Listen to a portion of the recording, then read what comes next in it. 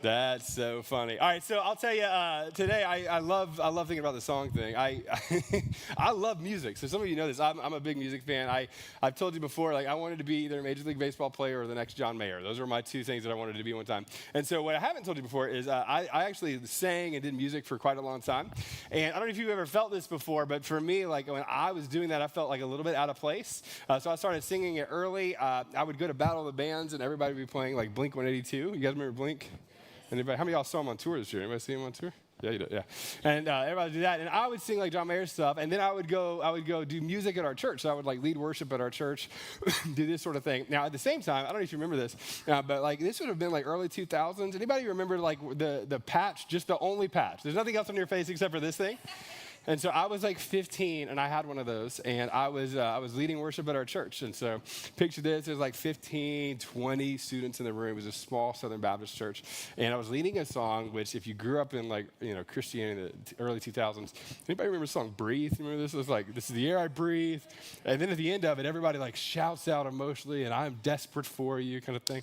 And so what I did is I was leading that to these students, and my youth pastor's in the room, and these 5 hairs. So I had this soul patch, but I only had 5 hairs, and they were very long, and I was singing in the mic, and I was really close, and they all got stuck in the mic right at the, and I'm desperate for you part, you know what I mean? To which I did what emulating John Mayer, what he would do is I stepped back really hard, and all 5 were ripped out at one time.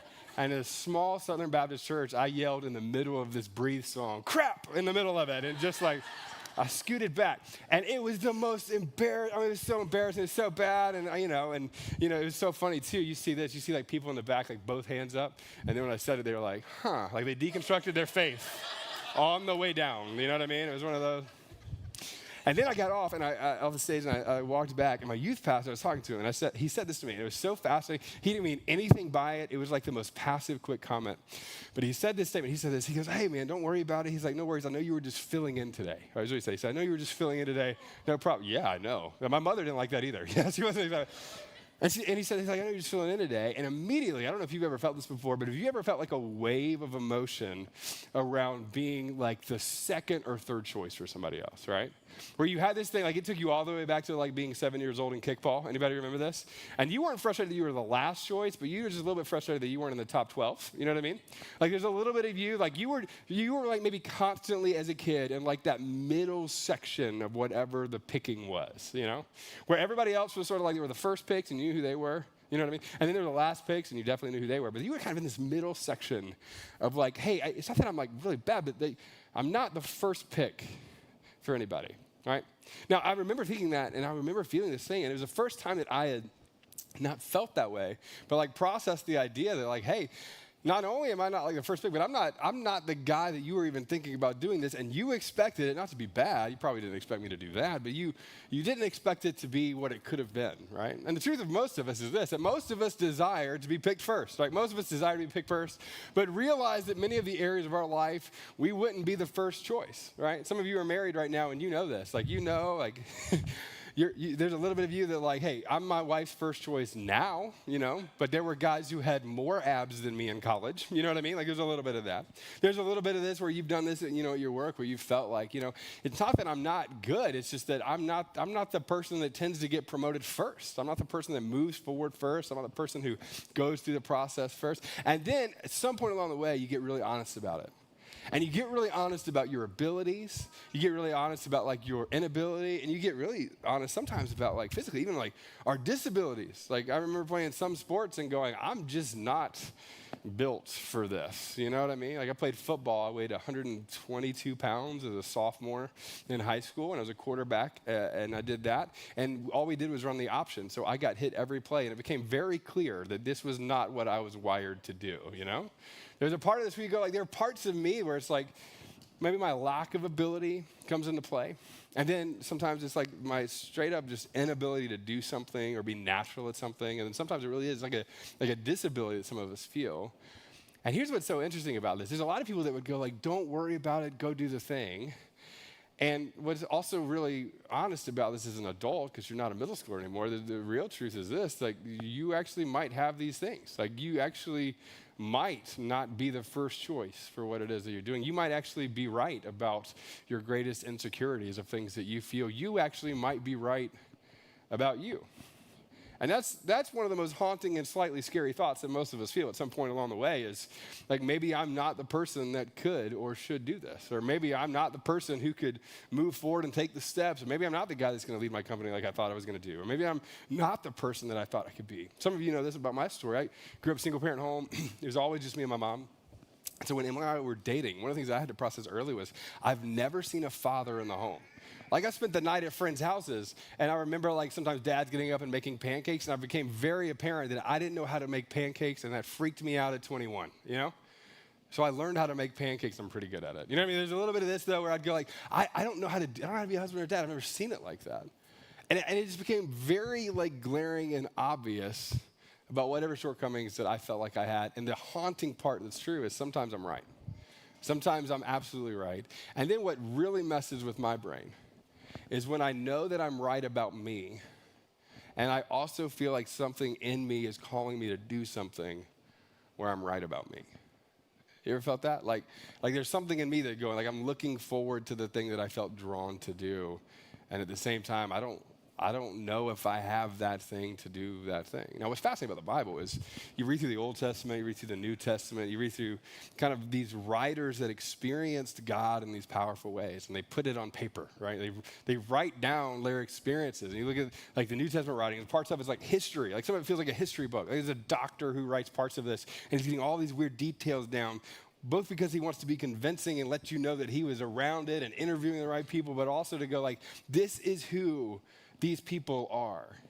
And then you get these parts of the Old Testament, and to be really honest, if you're hearing about a follower of Jesus, like it feels like a Disney movie sometimes. Like it feels like folklore. It feels like it's not real. And then at the same time, when you get to the guts of it, you go, no, the guts of this is something that's really wildly human. Something that feels like it feels now. They just maybe wore robes or something back then. Like there's a little bit of you that goes like, it felt like that, but it also feels like that for me now. And so we're going to look at a passage today that's kind of hard to talk about. And it's not hard to talk about because of the context or the context or the content around it. It's hard to talk about because follower of Jesus or not, you've heard about this guy, and the guy's name is Moses, right? Everybody knows about Moses to an extent. And the story that you were told as a kid, maybe with flannel graph when you were in Sunday school, or maybe you heard about from somebody else, is, he comes and then there's the staff thing and then the water, and then they go and let my people go, and they all go through, and then the waves come crashing down, and the other guys had a bad day. You know what I mean? That's what most of us know about the story.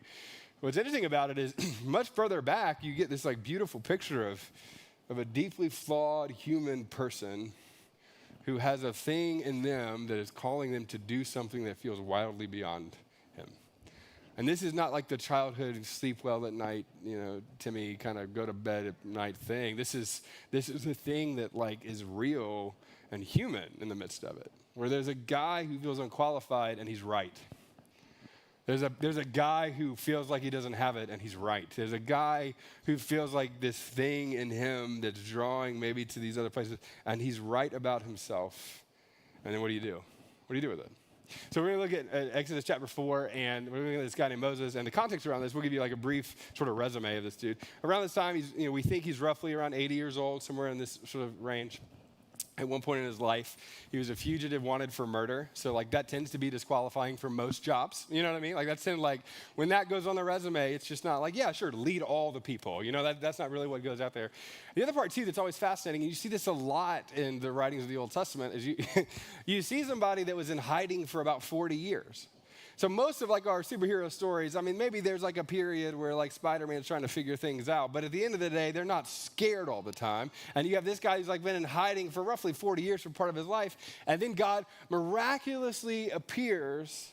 And what God does when he miraculously appears to him, he says this, he's like, look, of all the other people that might be qualified to do the thing that I'm about to call you to do, to lead all of these people out, to stand in front of the most powerful person at that time, maybe in the world, to do something. He goes, no, you are actually my first choice. Of all the other people that I could pick, you who are right about your own disqualifications are the one that I'm calling out to be the first choice to do this thing. And I'm going to call you out, and you're going to stand in front of the most powerful leader in the world, and you're going to speak on my behalf on what's to come. You're going to speak on my behalf to do the thing, To which he would respond with, and this is so funny, and we'll look at this in a second. He's like, look, the whole speaking thing is fascinating. I mean, you look at my resume, the fugitive part, let's just don't tell anybody about that. There's the hiding part, don't tell anybody about that. But I also have trouble like saying the words. Like I also don't speak well. Like I also like stutter.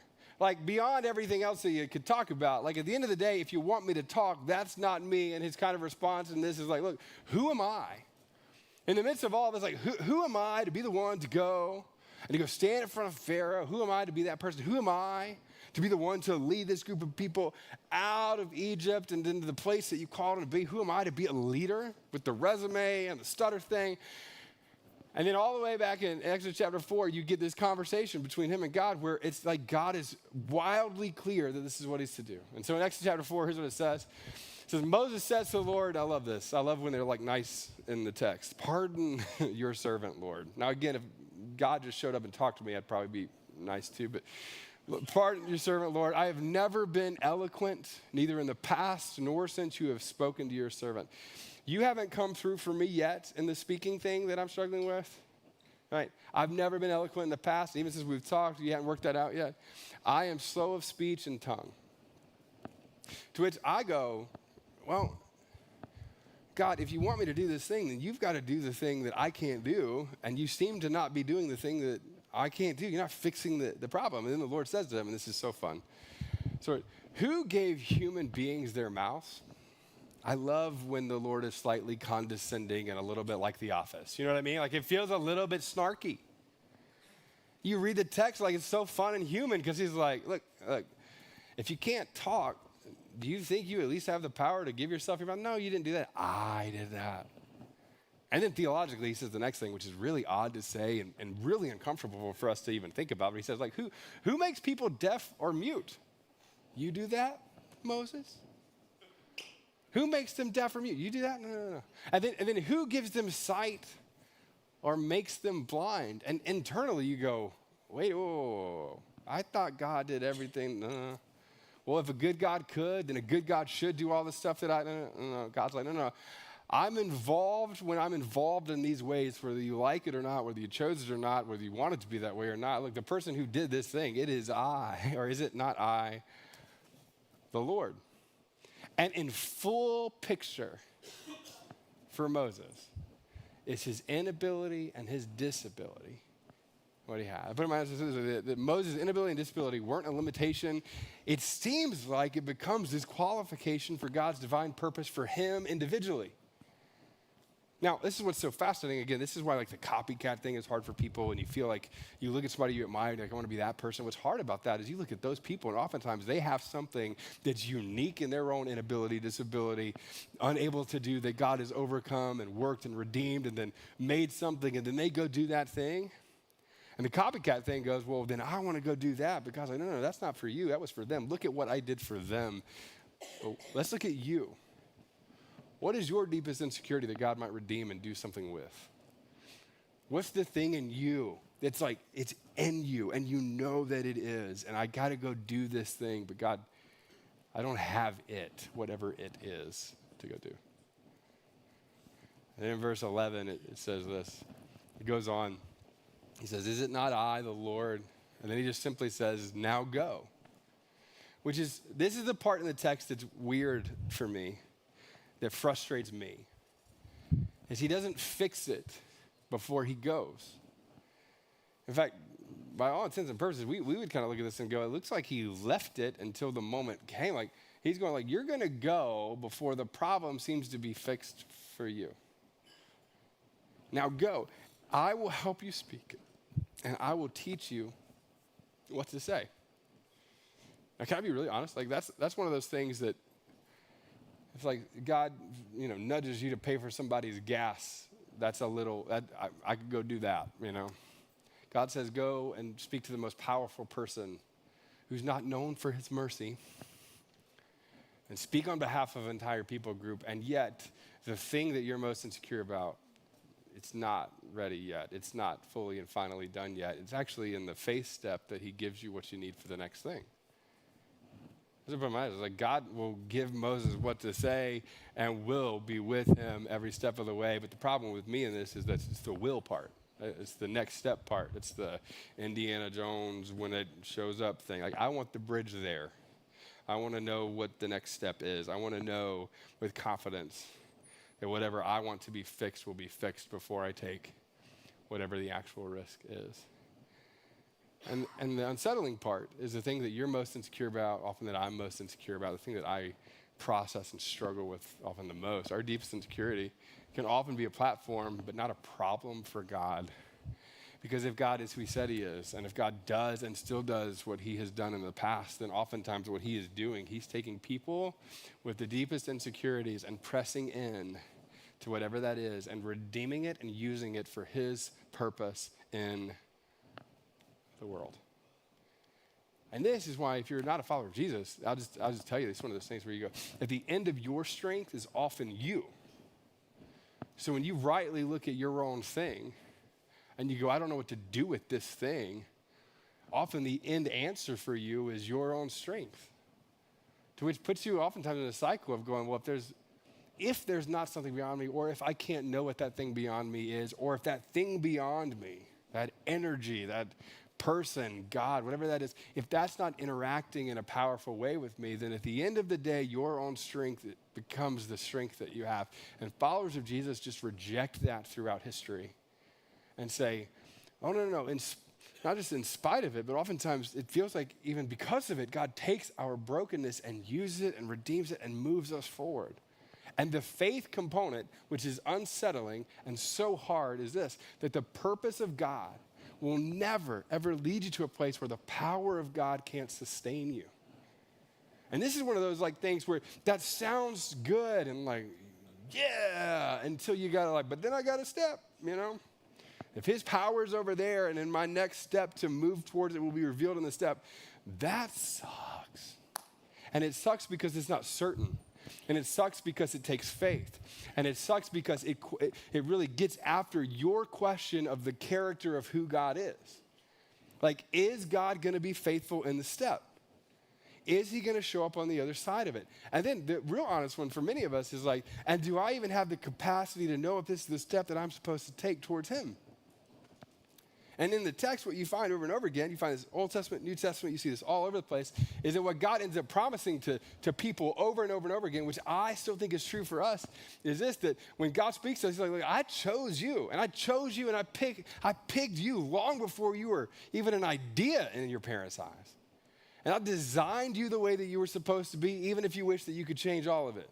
I knit you together long before you were in the womb. Long before any of that happened, I designed you. And then I used to tell middle school students all the time this, that I have a purpose for you. And it's so funny to me because I talk to adults and there's a little bit of sixth grader in every person, right? There's still a little bit of sixth grader in you that goes, I think I have purpose. I kind of know what the purpose is. And the truth of the matter is, yeah, God designed you. God made you. God gave you a purpose and a reason. And he gifted all of the stuff that you're gifted with. He knew all the insecurity and all the pain points, all the stuff that you would do and all the stuff that you would do, and he gave you purpose. And then the promise that I don't like is that you're not alone in the steps. Because often what I desire isn't his presence. I just want his power. I want to be God, and I want Magic Genie Guy to make the thing happen that I want to happen. And God's like, no. What I've promised you is that I will be with you in it. And that I will help you with what he has called you to do. And that's unsettling because it takes you out of the God seat. It takes you out of the power seat in that. And it causes you to rely on his power and his strength. And so the question that's slightly oversimple in the ways that you read it quickly is this, that what would you actually attempt if you were convinced that your inabilities, your insecurities, your lack of whatever, were actually an opportunity for God? That if God viewed all the stuff in you that you weren't sure about as an opportunity for him to use, if you viewed it the way that God viewed it, what would you actually attempt? And then the hard one, because you'll never feel probably certain about this, the second one is this. What would you attempt if you were absolutely certain that God were with you and that he wouldn't leave you through it? And the answer to the second question is a little bit harder for me because I'll be honest, there's a lot of things that I don't know if I would attempt if I knew that he was simply with me. Because I don't desire his comfort sometimes. What I actually desire is him doing what I want to do because the second question requires you to die. It requires the things in you that want to put you in the seat of God to die so that he can come and redeem and move through you in the powerful ways. I said it earlier, and this is the thing that I wish I could just convince you of, that the purpose of God will never lead you to a place where the power of God can't sustain you. But if you're here, many people who are followers of Jesus don't experience the power of God because they've never taken the step to move forward in uncertainty. And what's hard about where we live and what we experience, because you're a good person and you're pretty successful and you're doing well, and come on, you could live your life, and I say this all the time, to be like 85, 90, 100 years old, and everybody will do this. And in the back of your head, it's like there's a thorn in your shoe that just constantly nags at you going, but this isn't the center, the bullseye of God's will for me. I told somebody earlier today, I was like, anybody ever been bitten by a fire ant? You guys remember fire ants? I grew up in the South. Is that a thing up here? Y'all do fire ants up here? They're not up here? Good. See, Ohio's the best. They do. I don't like fire ants. Yeah, y'all are very passionate about it. I'm with you. I don't like them. We were at I took all of our family to South Carolina where I grew up and went to the baseball fields. And I wanted to show my son that I could still hit a home run. I cannot, but I took him there. And I took him there, and we did this thing. And so me and Henry were playing, and then Eleanor and my wife Emily are playing.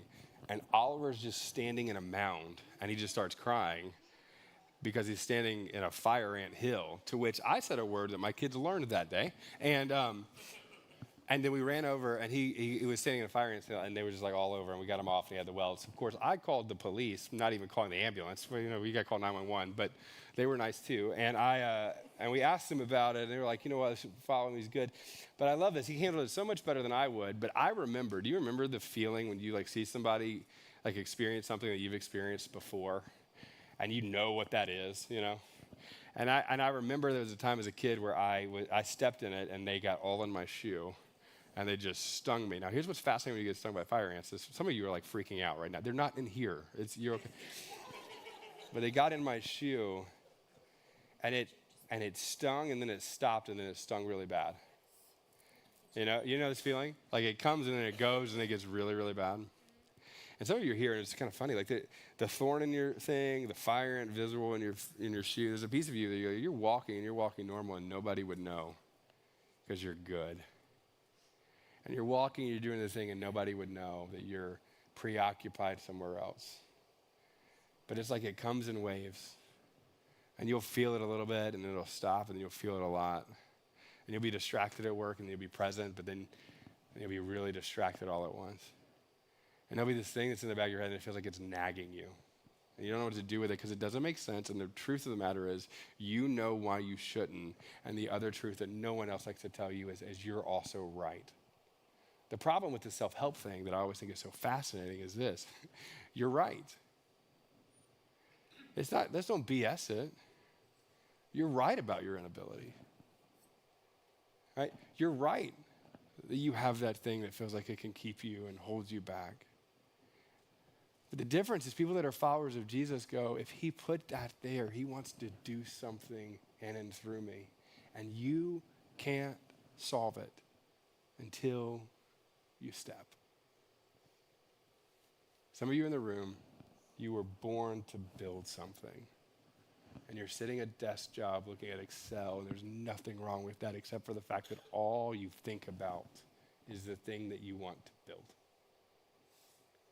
Some of you are here, and the loudest voice in your head is about you being a father. And you're still convinced that you can't be a great one, so you've stopped being a great one, and you've settled for being good. Because the voice in your head says that this is what there is. This is what your problem is. This is what you can't overcome. And you're stuck in whatever sin you're in. You're stuck in whatever thing you're in. At the end of the day, it's not by your strength, it's his. You've just never gone like this. You just don't trust him to do it. And you're good enough that you can hide the fact that it is kind of like fire ants coming in and out and bothering you sometimes.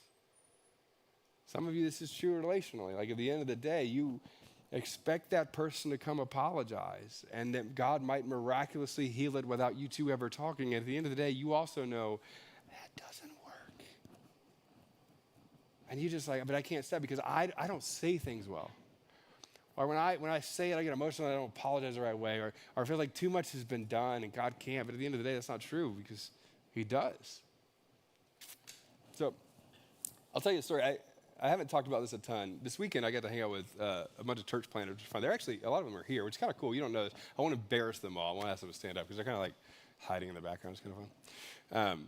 But I got to hang out with a bunch of church planters, and I was thinking about our story. It's been a while since I felt like the fullness of our story, which has been fun. And most of these church planters are about to go out and plant churches. Like, they're about to go do this in the next couple of years, which is kind of fun. So they're at this point, many of them of like, what's coming next, and so we've got to talk to them about that. And but Emily and I were talking after we left the other night, and we were reminiscing about the way that we got started. And some of you know a little bit of our story. What you don't know about this is we worked at a church that was phenomenal. Like, we loved the church that we were at, and we were very comfortable. So for those of you who go, like, my life feels pretty comfortable and good, that was where we were. And I lived in a house that I liked most of the time when it wasn't the winter. Traverse City was the winter all the time. But outside of that, it was a pretty great house. I had a hammock. I've never had a hammock before. I don't know why that matters, but you should know I had a hammock, and it was fantastic. You know what I'm saying? Like, it was great. And I had health insurance. That was great. You know what I mean? I had that too, which is kind of fun. And we knew that we were going to plant a church. We knew we were going to start this. And but what I've never shared with anybody until today, it's kind of fun, is when I was 15 to 17 years old, in that range, I knew I wanted to plant a church. So what I did is I'm a planner, and I wrote down a number for what we would need to raise before I'd feel good planting a church, right? And this is like 15 to 17-year-old. It was a big number. It wasn't like a little number. It was a big one, because it was going to be something, And I wrote this number down. I circled it. I still have this journal.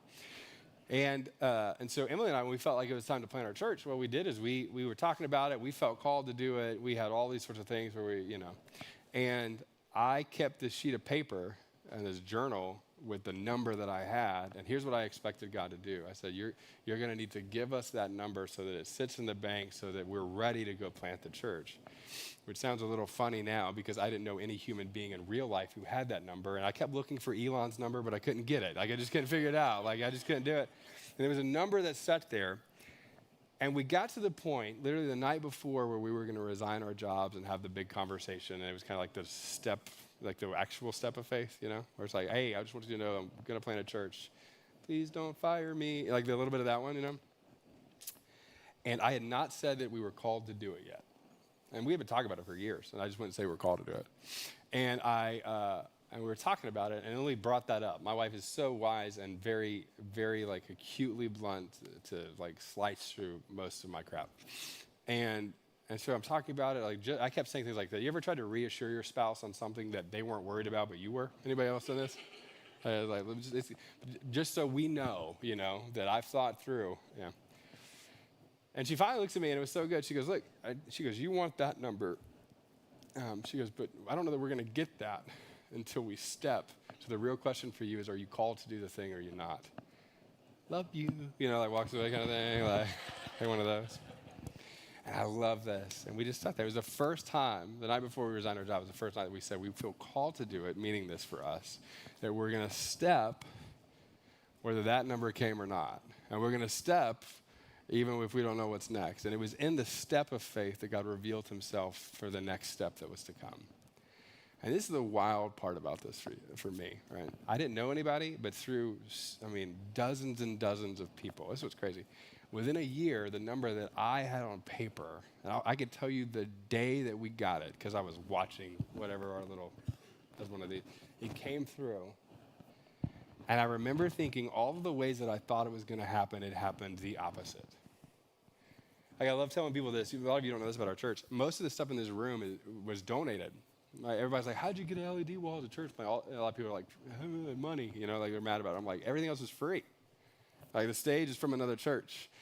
There's a Sunday school class in Texas that got passionate about our church and paid for us to get these speakers. These speakers are like the same speakers they have at like the stadiums. You go to the Crew game, that's the one. That's it. Because it's the only one that'll shoot like this. And we've never been in a room big enough where I didn't have to shoot like this. You know what I mean? Like, they all had to be like this. And they showed up and they paid for this. All this stuff, all the cases were free. We got 3 trailers in the back. All that was free. And then people just gave. We have a guy, you've heard me tell this story before, but he's been trying to sell his house for a year.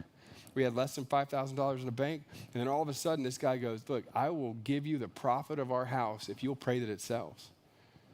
I went there every day. You ready? And it sold in a week. I don't know anything about selling houses. But we prayed, we anointed the house with oil. Don't tell him that. If you're watching, it's kind of because it's creepy on the window thing. We did that. And the house sold. And you're like, God showed up in all these ways that I couldn't have planned nor orchestrated. And he did. But he didn't do it in my timing. He didn't do it in the way that I thought he would do it. And he did it mostly in spite of the things that I have so much inability and struggle with. And here's why I tell you that. Most of you don't care about planting a church. Most of you don't even care about those kinds of things. But you have something in you that God put there. And all the excuses that you have, many of you have stopped and started. Some of you have stopped and started because somebody told you it didn't matter, and you stopped and started and go like, no, it does. Some of you have lied to yourself and go, well, that's not true about me, but it is. Some of you have looked out and going like, what I see, is that real? And it is. And God can do anything through you that he has called you to do. And he will likely not give you the steps ahead of time. And he won't often explain why. But he's calling you to take that step. So here's what we're going to do. We're going to ask you all to come up here. We're going to ask you to walk across hot coals and yell your purpose and walk off. No, I'm just kidding. We're going to do it. Here's what we are going to do. Here's what I want you to do. Some of you, you're in the room, and the nagging thing, you know exactly what that is. And what I want you to do in just a second is I want you to name it. I'm not going to ask you to do anything other than just like name. I think this is the thing that I'm preoccupied with. I think this is the thing that's been nagging me and I keep ignoring it or pushing it down. Or maybe I lie to myself about it, or somebody else can go do that thing or whatever it is. Some of you in the room need to start a nonprofit because God told you and called you to plant that nonprofit and start it. Some of you in the room, come on, you know this. You need to go do the thing that he put in you. Some of you, it's a relational thing. Some of you, and this is crazy, you're going to go leave the thing that's comfortable and you're going to go do the thing that's not, and you're not going to have a great explanation for it, right? Some of you, you're going to do those things. I'm just going to tell you, that's great. And I'll tell you this, you will be wildly more satisfied than the good life that you are building when you are at the center of what God has for you. And so I want you to name the thing that is nagging you. And then here's how I'm going to pray for you. And there's not going to be this like phenomenal action step. What I'm going to pray for you is that nagging thing grows. And then I'm going to leave it there. I'm going to pray that it bothers you more, and that as it bothers you, you listen to what the Spirit of God is saying to you. I can't solve what it looks like for you to take the next step. Nobody can, and there's no self-help book that'll tell you how to take it. You either trust that he's going to meet you in it or you don't. But I'm going to pray that the voice of that nagging gets louder for you. So if you would, I'm going to ask you to close your eyes for a second. I'm going to ask you to bow your heads. And I want you to name it. What's the nagging voice? What's the thorn that's in your shoe? Or the fire ant thing that keeps coming back over and over again? What is that thing for you? And so, Father, for the person in the room who's not a follower of you, and they have maybe this thing, but they don't know what to do with it, here's I pray. I pray that they would continue to do whatever it is in those spaces in their strength. And if they can do it in their strength, fantastic. But if they ever hit a wall, my prayer is that the first place that they turn next is to you. And I ask that you would show up quickly and tangible in their life as they take that step. And then I pray for all the people in the room who are followers of you, who have to some degree ignored it for comfort or for insecurity, or ignored it because of the things that was in them or their past or whatever that is. Whatever's caused them to ignore it. But God, I pray that when it comes back, and when it nags them again, or when it keeps them up in the middle of the night, or when they find themselves preoccupied with that thing at work, I pray that it only gets worse. And that it gets worse for them as they do it. And that as it gets worse, they would attribute that to you. And that they would take whatever the next obedient step is. I pray that you would give us all the courage to take the obedient step towards you. And that you would reveal yourself in the most tangible and powerful way. And what I pray individually for each person, but collectively for our church, is that we would be known for the kinds of stories that point only to your power and your strength, that you would disrupt us individually, and that we would create things for the better. They would make wherever space that we're in better. And then when asked about it, Father, that we would be able to point to your power and your strength, and that would feel like a viral thing for our